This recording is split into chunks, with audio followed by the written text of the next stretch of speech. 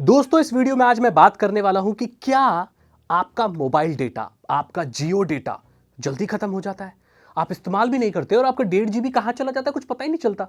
मतलब नॉर्मल कुछ भी खोला है और आप देख रहे हो तो आपको 50% यूसेज का मैसेज आ गया, फिर 90% मैसेज आ गया, 90% यूज हो गया और फिर आपका डेटा खत्म हो जाता है।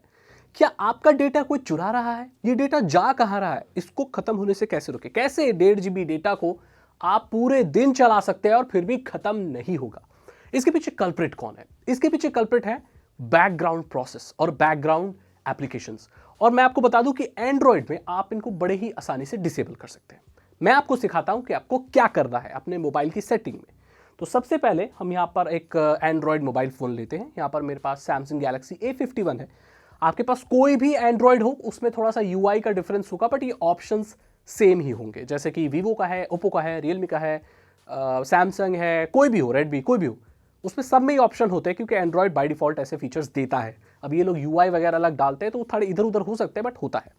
आपको करना क्या है? सबसे पहले अपने फ़ोन को आप हमने ले लिया, ठीक है।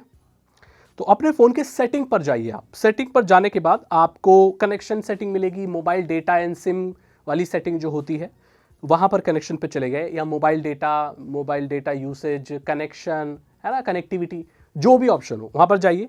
वहाँ पर डेटा यूसेज का आपको ऑप्शन मिलेगा। यहाँ पर दो ऑप्शन होंगे, मोबाइल डेटा एंड वाईफाई। अगर आप वाईफाई से ज़्यादा इस्तेमाल करते हो तो आप वाईफाई वाला भी कर सकते हो मोबाइल डेटा में। तो यहाँ पर मेरे पास सिम कार्ड वाला नहीं है तो यहाँ डेटा यूसेज पर जाते हैं हम, डेटा यूसेज, ठीक है। ये वाईफाई डेटा यूसेज है। अब यहाँ पर सिम कार्ड मैनेजर में जाएंगे तो यहाँ पर कोई भी सिम कार्ड डला हुआ नहीं है, तो हम डेटा यूसेज पे जाकर वाईफाई यूसेज पे चले जाएंगे। आपके केस में ये मोबाइल डेटा यूसेज हो सकता है अगर आप अपना जियो का डेटा इस्तेमाल करते हैं। मैं तो इसमें वाईफाई इस्तेमाल करता हूँ, इसमें सिम नहीं है।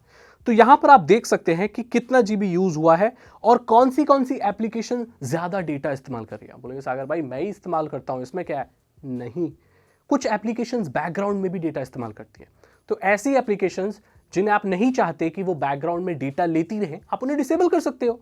और ये बहुत ही सिंपल है। जैसे कि मैं चाहता हूं कि मेरा जो YouTube है वो बैकग्राउंड में डेटा ना लेता रहे, या मैं चाहता हूं कि मेरा जो क्रोम है वो बैकग्राउंड में डेटा ना खाता रहे, तो मैं क्रोम पे सेलेक्ट करूंगा।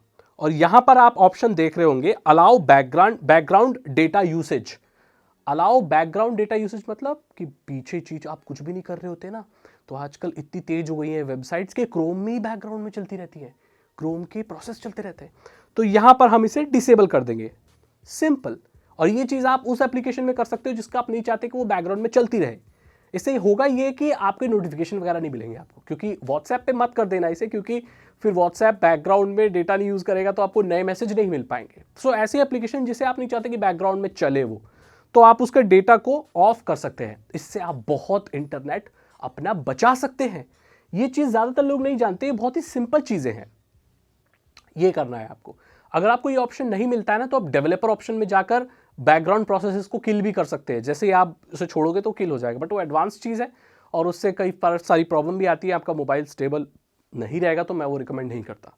अब अगली परेशानी है कि जो लोग लैपटॉप से कनेक्ट करते हैं अपने फ़ोन को, उनका डेटा जल्दी खत्म हो जाता है। इसका भी इलाज है। इसके लिए आप क्या कर सकते हैं कि सबसे पहले अपने विंडोज अपडेट वाली सेटिंग पर जाकर अपने कनेक्शन को मीटर्ड कनेक्शन कर दीजिए। इसका मतलब ये होता है कि आपके पास अनलिमिटेड डेटा प्लान नहीं है और आप विंडोज के सारे अपडेट्स को डाउनलोड नहीं करना चाहते। क्योंकि अगर किसी इंसान को यार बहुत लिमिटेड डेटा ही मिला है, भारत जैसा सस्ता डेटा हर जगह पर नहीं होता, अमेरिका में बहुत महंगा है डेटा, तो ऐसे में अगर विंडोज ही अपडेट करता रहेगा तो दिन का सारा डेटा तो विंडोज अपडेट ही ले जाएगा, आप और कुछ इस्तेमाल ही नहीं कर पाओगे। मीटर्ड कनेक्शन होने के बाद ये होता है कि आप बहुत हिसाब से डाउनलोड होता है, वही चीज़ डाउनलोड होती है जो बहुत इंपॉर्टेंट है। ये नहीं कि विंडोज़ में 10-10 GB के 5-6 GB की चीज़ें डाउनलोड हो रही है अपडेट के लिए, जिनका आपको फीचर ही नहीं पता है। तो ये चीज़ नहीं होगी। आप चाहें तो मैनुअली भी कर सकते हैं अपनी विंडोज़ अपडेट को, बट मैं उसे रिकमेंड नहीं करता, बिकॉज आपको पता नहीं होगा यार कौन सा अपडेट कब आया। अगर रेगुलरली चेक कर सकते हो दैट इज़ ओके, बट मैं रिकमेंड नहीं करूँगा। तो वहाँ पर जाकर आप मीटर्ड कनेक्शन कर सकते हो। इससे होगा ये, और बैंडविड्थ भी सेलेक्ट कर सकते हो कि भाई मैं इतनी बैंडविड्थ ही देना चाहता हूँ विंडोज़ अपडेट को। अगर आप ऐसा कर देते हो तो विंडोज़ अपडेट आपका डेटा नहीं लेगी, और आपका लैपटॉप में जब आप खोल के रखते हो किसी वेबसाइट को, तो बैकग्राउंड में जो डेटा जा रहा है वो नहीं जाएगा। इससे आप अपने डेटा को ज़्यादा से ज़्यादा इस्तेमाल कर पाओगे। अगली और आखिरी टिप है कि अगर आप सर्फिंग करते हो, ब्राउजिंग करते हो, तो भाई आप कुछ ऐसे ब्राउजर को इस्तेमाल कर सकते हो जो इमेजेस को कंप्रेस कर देते हैं। ओपेरा ब्राउजर जो है वो ऐसा करता है, और डेटा सेविंग के जो ऑप्शन है वो आपको गूगल क्रोम में भी मिल जाते हैं, ब्रेव में भी मिल जाते हैं। जितने भी मॉडर्न ब्राउजर हैं वो सब डेटा सेवर वाले जो फीचर्स हैं वो रखते हैं अपने अंदर, उनके अंदर होते हैं, तो उसको आप इस्तेमाल कर सकते हो। इससे आपका डेटा जो है वो कम जाएगा। व्हाट्सएप में ऑटोमेटिकली अगर आपके मीडिया फाइल्स डाउनलोड हो जाती है तो आप उसे डिसेबल कर सकते हो। गूगल में प्ले स्टोर में जब ऑटोमेटिक अपडेट वाला जो लग रहा है एप्लीकेशन, उसे डिसेबल कर सकते हो। टेलीग्राम में ऑटो डाउनलोड सेटिंग लगी हुई है हर मीडिया की, तो उसे डिसेबल कर सकते हो, क्योंकि टेलीग्राम पे बहुत बड़ी बड़ी फाइल भी लोग शेयर करते हैं और वो अगर ऑटोमेटिकली डाउनलोड हो रही है दैट मीन्स आपका सारा डेटा तो उसी में चला जा रहा है। तो आपको ये सारी चीज़ें थोड़ी ऑडिट करने की ज़रूरत है। और मैं एक दावे के साथ कहता हूँ कि आपका डेटा हद से ज़्यादा चलेगा, पूरे दिन में निकाल देगा और आपका खत्म नहीं होगा, क्योंकि ज़्यादातर लोग यार इस्तेमाल ही नहीं करते, उनका डेटा ऐसे ही चला जाता है। वो क्यों जाता है? ये छोटी छोटी चीज़ों की वजह से जाता है। अगर आप इन्हें ध्यान देंगे तो आप बिल्कुल नहीं जाएगा। ऐसा आरोप भी जियो पे लगाया कि वो ज़्यादा डेटा खत्म करता है। देखो भाई, ये तो मैं नहीं कह सकता, बट लोगों की ये भी शिकायत है, लोगों का मानना है कि गलत वो चार्ज कर रहा है जियो, हम इतना इस्तेमाल नहीं कर रहे।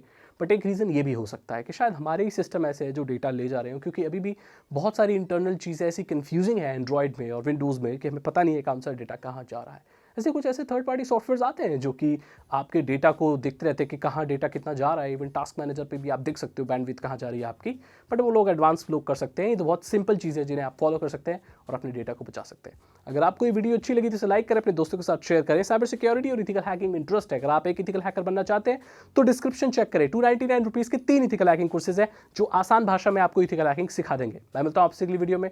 Thank you so much and good bye.